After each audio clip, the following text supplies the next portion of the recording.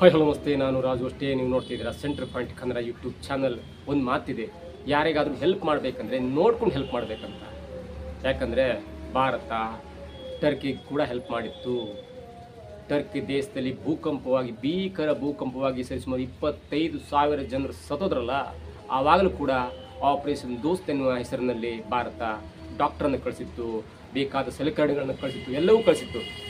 ಅದಾದ ನಂತರ ಅದೇ ಟರ್ಕಿ ಭಾರತ ವಿರುದ್ಧ ತಿರುಗಿಬಿದ್ದು ಕುತಂತ್ರಿ ಪಾಕಿಸ್ತಾನಕ್ಕೆ ಸಾವಿರ ಡ್ರೋನ್ಗಳನ್ನು ಕಳಿಸ್ತು, ಡ್ರೋನ್ ಆಪರೇಟರ್ಗಳನ್ನು ಕಳಿಸ್ತು ಮತ್ತು ಭಾರತ ವಿರುದ್ಧ ತಿರುಗಿಬಿತ್ತು.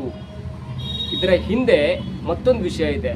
ಭಾರತ ಯಾವಾಗ ಇಡೀ ಪ್ರಪಂಚಕ್ಕೆ ಕೊರೋನಾ ಅಟ್ಯಾಕ್ ಆಯ್ತಲ್ಲ, ಕೊರೋನಾ ಎನ್ನುವಂಥ ಮಹಾಮಾರಿ ಬಂದಾಗಲೂ ಕೂಡ ಪ್ರಪ್ರಥಮ ಬಾರಿಗೆ ಅದಕ್ಕೆ ಲಸಿಕೆಯನ್ನು ಕಂಡುಹಿಡಿದು ಭಾರತ ಕೋವಿಶೀಲ್ಡ್ ಮತ್ತು ಕೋವ್ಯಾಕ್ಸಿನ್ ಅನ್ನುವಂಥ 2 ಲಸಿಕೆಯನ್ನು ಕಂಡುಹಿಡಿತು. ಆವಾಗಲೂ ಕೂಡ ಇಡೀ ಪ್ರಪಂಚಕ್ಕೆ ಭಾರತ ವ್ಯಾಕ್ಸಿನನ್ನು ಕೊಡ್ತು. ಅದರಲ್ಲೂ ಕೂಡ ಟರ್ಕಿಗೆ ಜಾಸ್ತಿ ಪ್ರಮಾಣದಲ್ಲಿ ಇಫೆಕ್ಟ್ ಆದ ಕಾರಣ ಟರ್ಕಿ ಯಾವುದೇ ಹಣವನ್ನು ಪಡೆಯದೆ ಟರ್ಕಿಗೆ ಕೂಡ ಭಾರತ ವ್ಯಾಕ್ಸಿನನ್ನು ಸಪ್ಲೈ ಮಾಡಿತ್ತು. ಈ 2 ಘಟನೆಗಳನ್ನು ಮರೆತು, ಭಾರತಕ್ಕೆ ಹೆಲ್ಪ್ ಮಾಡೋದನ್ನೇ ಮರೆತು ಟರ್ಕಿ ಕುತಂತ್ರಿ ಪಾಕಿಸ್ತಾನಕ್ಕೆ ಸಾವಿರ ಡ್ರೋನ್ಗಳನ್ನು ಕಳಿಸ್ತು.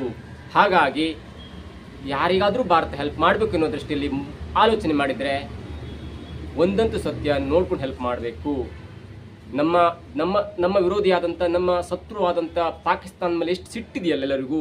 ಭಾರತೀಯರಿಗೆ ಪಾಕಿಸ್ತಾನ ಕಂಡ್ರೆ ಹೇಗೆ ಆಗಲ್ಲ, ಅದಕ್ಕಿಂತ ದುಪ್ಪಟ್ಟು ಸಿಟ್ಟು ಈಗ ಟರ್ಕಿ ಮೇಲೆ ಬರ್ತಾ ಇದೆ.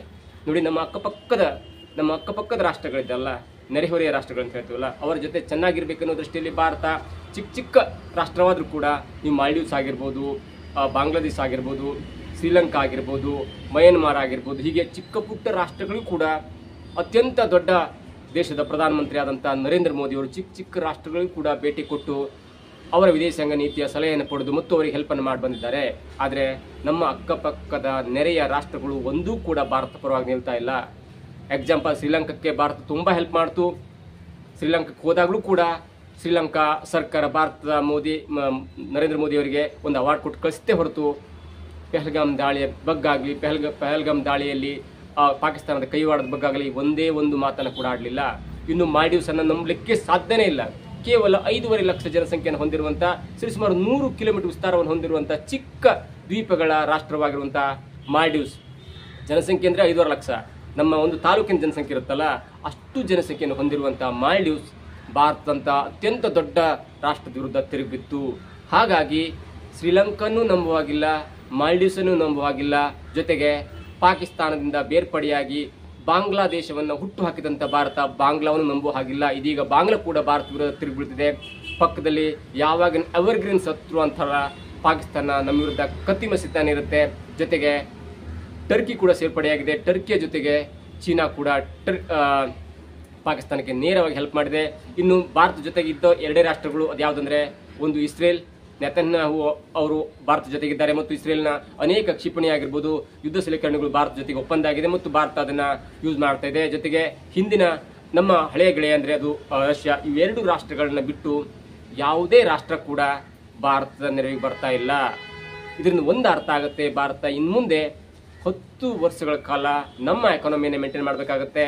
ನಮ್ಮ ದೇಶದಲ್ಲಿ ಯಾವುದೇ ತೊಂದರೆ ಆಗದಂತೆ, GDP ಡೌನ್ ಆಗದಂತೆ ಮತ್ತು ಎಕಾನಮಿಯನ್ನು ಸ್ಟೆಬಿಲಿಟಿಯನ್ನು ಮೇಂಟೈನ್ ಮಾಡೋ ದೃಷ್ಟಿಯಲ್ಲಿ ಭಾರತ ಚೀನಾವನ್ನು ಮೀರಿಸಿದರೆ, ಈಗಾಗಲೇ ಚೀನಾ $20 ಟ್ರಿಲಿಯನ್ ಅಷ್ಟು ಎಕಾನಮಿಯನ್ನು ಹೊಂದಿದೆ. ಭಾರತ ಎಕಾನಮಿ ಎಷ್ಟಿದೆ ಅಂದರೆ ಅದು ಕೇವಲ $5 ಟ್ರಿಲಿಯನ್ ಅಷ್ಟಿದೆ. ಹಾಗಾಗಿ ನಮ್ಮ ಭಾರತ ಚೀನಾದ ಎಕಾನಮಿಯ ಸಮಬಲಕ್ಕೆ ಹೋದರೆ ಮಾತ್ರ ಈ ಎಲ್ಲ ಚಿಕ್ಕ ಪುಟ್ಟ ರಾಷ್ಟ್ರಗಳನ್ನ ಹಿಡಿದಿಟ್ಕೊಳ್ಬಹುದು. ಯಾಕಂದರೆ ಚೀನಾವೇ ಪಾಕಿಸ್ತಾನಕ್ಕೆ ಹೆಲ್ಪ್ ಮಾಡುವಾಗ, ಟರ್ಕಿ ಅಂತ ಕುತಂತ್ರಿ ಎಲ್ಲ ಹೆಲ್ಪನ್ನು ಬಿಟ್ಟು ಪಾಕಿಸ್ತಾನಕ್ಕೆ ಹೆಲ್ಪ್ ಮಾಡುವಾಗ, ಬಾಂಗ್ಲಾ ಇದೀಗ ಭಾರತ ವಿರುದ್ಧ ತಿರುಗಿಬೀಳುವಾಗ, ಚಿಕ್ಕ ರಾಷ್ಟ್ರವಾಗಿರುವಂಥ ಮಾಲ್ಡೀವ್ಸ್, ಕೇವಲ 5.5 ಲಕ್ಷ ಜನಸಂಖ್ಯೆ ಹೊಂದಿರುವಂಥ ಮಾಲ್ಡೀವ್ಸ್ ಭಾರತದವರೆಗೆ ತಿರುಗಿ ಬಿದ್ದಿರುವಾಗ ಇವೆಲ್ಲಕ್ಕೂ ಕಾರಣ ಚೀನಾ. ಯಾಕಂದರೆ ಮಾಲ್ಡೀವ್ಸ್ ಆಗಿರ್ಬೋದು, ಶ್ರೀಲಂಕಾ ಆಗಿರ್ಬೋದು, ಹೀಗೆ ಪಾಕಿಸ್ತಾನ ಆಗಿರ್ಬೋದು, ಈ 3 ರಾಷ್ಟ್ರಗಳಲ್ಲಿ ಜೊತೆಗೆ ಬಾಂಗ್ಲಾ, ಈ 4 ರಾಷ್ಟ್ರಗಳಲ್ಲಿ ಚೀನಾದ ಎಕಾನಮಿಕ್ ಕಾರಿಡಾರ್ ನಡೀತಾ ಇದೆ. ಅದರಲ್ಲೂ ಮುಖ್ಯವಾಗಿ ಪಾಕಿಸ್ತಾನದ ಸುಮಾರು 2,500 ಕಿಲೋಮೀಟರ್ ಉದ್ದದಷ್ಟು ಕಾಮಗಾರಿ ಇದೆಯಲ್ಲ, ಚೀನಾ ಪಾಕಿಸ್ತಾನ ಎಕಾನಮಿಕ್ ಕಾರಿಡಾರ್ನ ಮೂಲ ಹೊಂದಿದ್ದೇ ಚೀನಾ ಪಾಕಿಸ್ತಾನದ. ಹಾಗಾಗಿ ಪಾಕಿಸ್ತಾನಕ್ಕೆ ಚೀನಾ ಅತ್ಯಂತ ದೊಡ್ಡ ಹೆಲ್ಪನ್ನು ಮಾಡ್ತಿದೆ. ಜೊತೆಗೆ ಪಾಕಿಸ್ತಾನ ಯೂಸ್ ಮಾಡಿದಂಥ ಡ್ರೋನ್ ಇದೆಯಲ್ಲ, ಆ ಡ್ರೋನ್ ಕೂಡ ಚೀನಾದ ಡ್ರೋನ್ ಎನ್ನುವುದು ಇದೀಗ ನಮ್ಮ ಸಂಶೋಧನೆಯಿಂದ ಅಥವಾ ನಮ್ಮ ರಕ್ಷಣಾ ವ್ಯವಸ್ಥೆಯ ಸಂಶೋಧನೆಯಿಂದ ಕಂಡು ಬಂದಿದೆ. ಹಾಗಾಗಿ ಪಾಕಿಸ್ತಾನ ನಮ್ಮ ಮೇಲೆ ಏನೆಲ್ಲ ದಾಳಿ ಮಾಡಿದೆಯಲ್ಲ, ಪಹಲ್ಗಾಮ್ ದಾಳಿ ನಂತರ ಭಾರತ 9 ಉಗ್ರ ತಾಣಗಳನ್ನ ಹೊಡೆದು ಹಾಕಿದ ನಂತರ ಪಾಕಿಸ್ತಾನ ಯಾವ ಲೆಕ್ಕದಲ್ಲಿ ನಮ್ಮ ಮೇಲೆ ಅಟ್ಯಾಕ್ ಮಾಡ್ತಲ್ಲ, ಅದರ ಪ್ರತಿಯೊಂದು ಸಲಕರಣೆಯೂ ಕೂಡ ವಿದೇಶದಿಂದ ಬಂದಿದ್ದೆ. ಒಂದು ಟರ್ಕಿಯ ಮೂಲಕ ಬಂತು, ಒಂದು ಚೀನಾದ ಮುಖಾಂತರ ಬಂತು. ಹಾಗಾಗಿ ಭಾರತ ಇನ್ಮುಂದೆ ಯಾವುದೇ ಯುದ್ಧಕ್ಕೆ ಹೋದ್ರೂ ಕೂಡ ಎಚ್ಚೆತ್ತುಕೊಂಡು ಹೋಗಬೇಕಾಗುತ್ತೆ. ಜೊತೆಗೆ ನಮ್ಮ ಸ್ಟೆಬಿಲಿಟಿಯನ್ನ, ನಮ್ಮ ಎಕನಾಮಿಕ್ ಸ್ಟೆಬಿಲಿಟಿಯನ್ನ ಮೇಂಟೈನ್ ಮಾಡಲೇಬೇಕಾಗುತ್ತೆ. ಇಲ್ಲಾಂದ್ರೆ ಚೀನಾದಂತ ದೊಡ್ಡ ರಾಷ್ಟ್ರ, ಅದರಲ್ಲೂ ನಮಗಿಂತ 4 ಪಟ್ಟು ಎಕಾನಮಿಯನ್ನ ಬಿಲ್ಡ್ ಮಾಡಿರುವಂತಹ ರಾಷ್ಟ್ರದ ವಿರುದ್ಧ ನಾವು ಸಿಟ್ಟು ಹೊಡೆದು ತುಂಬಾ ಕಷ್ಟ ಆಗುತ್ತೆ. ಹಾಗಾಗಿ ಇನ್ಮುಂದೆ ಭಾರತ ಇಲ್ಲಿಯ ತನಕ ಚೀನಾದ ಎಕಾನಮಿಯ ಲೆವೆಲ್ಗೆ ಬೆಳೆಯಲ್ಲ, ಅಲ್ಲಿ ತನಕ ಅತ್ಯಂತ ದೊಡ್ಡ ನಿರ್ಧಾರವನ್ನು ತೆಗೆದುಕೊಳ್ಳಿಕ್ಕೆ ಕುತಂತ್ರಿ ದೇಶಕ್ಕೆ ಕಣ್ಣು ಮುಚ್ಚಿ ಹೆಲ್ಪ್ ಮಾಡ್ತಾರೆ ಅಂದ್ರೆ ಅದು ಟರ್ಕಿ ಕಣ್ಣು ಮುಚ್ಚಿ ಹೆಲ್ಪ್ ಮಾಡುತ್ತೆ. ಯಾಕಂದ್ರೆ ಪಾಕಿಸ್ತಾನ ಮೇಲೆ ಸುಮ್ಮನೆ ದಾಳಿ ಮಾಡಿರಲಿಲ್ಲ. ಪಾಕಿಸ್ತಾನ ಪ್ರಚೋದಿತ ಸೈನಿಕರು ಮತ್ತು ಭಯೋತ್ಪಾದಕರು ನಮ್ಮ ಪಹಲ್ಗಾಮ್ ಸ್ಥಳದ ಮೇಲೆ ದಾಳಿ ಮಾಡಿ 26 ಜನರನ್ನ ಕೊಂದಾಕ್ತಾರಲ್ಲ, ಅದಾದ ನಂತರ ಅದರ ಪ್ರತೀಕಾರವಾಗಿ ನಾವು ಕೇವಲ ಉಗ್ರ ಮೇಲೆ ಮಾತ್ರ ದಾಳಿಯನ್ನು ಮಾಡ್ತೀವಿ, ಯಾವುದೇ ಸಿವಿಲಿಯನ್ಸ್ ಮೇಲೆ ದಾಳಿ ಮಾಡಿರಲ್ಲ. ಆದರೂ ಕೂಡ ಇಡೀ ಜಗತ್ತಿನ ಮೇಲೆ ಹೇಳುತ್ತೆ ಪಾಕಿಸ್ತಾನ ನಮ್ಮ ಮೇಲೆ ಭಾರತ ಸುಮ್ಮನೆ ಗೂಬಿಯನ್ನು ಕೂರಿಸ್ತದೆ. ಪಹಲ್ಗಾಮ್ ದಾಳಿಗೂ ಮತ್ತು ಪಾಕಿಸ್ತಾನಕ್ಕೂ ಯಾವುದೇ ಸಂಬಂಧ ಇಲ್ಲ. ಆದರೂ ಕೂಡ ನಮ್ಮ ಎಕಾನಮಿಯನ್ನು ಡೌನ್ ಮಾಡುವ ದೃಷ್ಟಿಯಲ್ಲಿ ನಮ್ಮ ಮೇಲೆ ಕ್ಷಿಪಣಿಯನ್ನು ಬಿಡ್ತಿತ್ತು. ಹಾಗಾಗಿ ಇಡೀ ಪ್ರಪಂಚದ ವಿರುದ್ಧ ಕಣ್ಣೀರು ಹಾಕ್ತು, ಪ್ರಪಂಚದ ಮುಂದೆ ಕಣ್ಣೀರು ಹಾಕಿ ಇಡೀ ಪ್ರಪಂಚದ ನೆರವನ್ನು ಪಡೆಯುವಲ್ಲಿ ಯಶಸ್ವಿಯಾಯಿತು.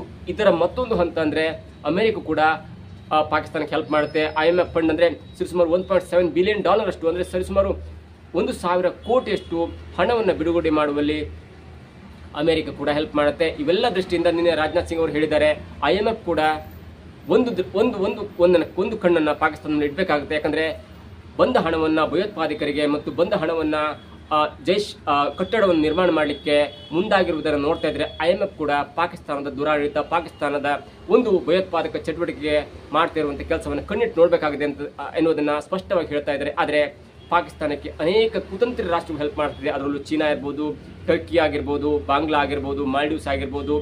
ಅಮೆರಿಕವೂ ಕೂಡ ಇದೀಗ ಪಾಕಿಸ್ತಾನವನ್ನು ಹೊಗಳ್ತಾ ಇದೆ. ಜೊತೆಗೆ ಭಾರತ ಜೊತೆ ಕೂಡ ಉತ್ತಮ ಸಂಬಂಧವನ್ನು ಹೊಂದಿದೆ. ಆದರೆ ಇವೆಲ್ಲವನ್ನು ನೋಡ್ತಾ ಇದ್ರೆ ಭಾರತಕ್ಕೆ ಅಕ್ಕಪಕ್ಕ ರಾಷ್ಟ್ರಗಳ ಜೊತೆಗೆ ಬೇರೆ ರಾಷ್ಟ್ರಗಳು ಕೂಡ ಇದೀಗ ದೊಡ್ಡ ಸವಾಲನ್ನು ತಂದೊಡ್ತಿದೆ. ಭಾರತದ ಪ್ರಧಾನಮಂತ್ರಿಯಾಗಿ 11 ವರ್ಷಗಳ ಕಾಲ ಅಧಿಕಾರವನ್ನು ಮಾಡಿರುವಂತಹ ನರೇಂದ್ರ ಮೋದಿ ಅವರು ಸುಮಾರು 100ಕ್ಕೂ ಹೆಚ್ಚು ದೇಶಗಳಿಗೆ ಭೇಟಿ ಕೊಟ್ಟರು. ಆದರೆ ಯಾವುದೇ ದೇಶದ ಪ್ರಧಾನಿಯಾಗಲಿ, ಯಾವುದೇ ದೇಶದ ಒಂದು ಅಧ್ಯಕ್ಷರಾಗಲಿ ಭಾರತ ಹೆಲ್ಪಿಗೆ ಬರಲಿಲ್ಲ. ಇಸ್ರೇಲ್ ಮತ್ತು ರಷ್ಯಾ ಬಿಟ್ಟು ಅವು ಕೂಡ ಯಾಕೆ ಹೆಲ್ಪಿಗೆ ಬಂದಿ ಅಂದ್ರೆ ನಮ್ಮ ಮತ್ತು ಅವರ ನಡುವೆ ಅತ್ಯಂತ ದೊಡ್ಡದಾದಂಥ ವ್ಯಾಪಾರ ಸಂಬಂಧ ಇದೆ. ಆ ವ್ಯಾಪಾರ ಸಂಬಂಧವನ್ನು ಇಟ್ಕೊಳ್ಳೋ ದೃಷ್ಟಿಯಲ್ಲಿ ಅವು 2 ದೇಶಗಳು ಬಂದಿದ್ದೀವಿ ಹೊರತು ಸುಮ್ಮನೆ ಕಣ್ಣು ಮುಚ್ಚಿ ಭಾರತ ಹೆಲ್ಪಿಗೆ ಬಂದಿಲ್ಲ.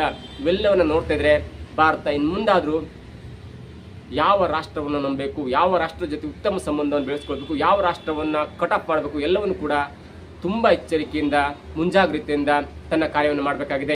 ಇದಾಗಿತ್ತು ಇವತ್ತಿನ ವಿಶೇಷ. ನೋಡ್ತಾ ಇರಿ centre point Kannada YouTube channel.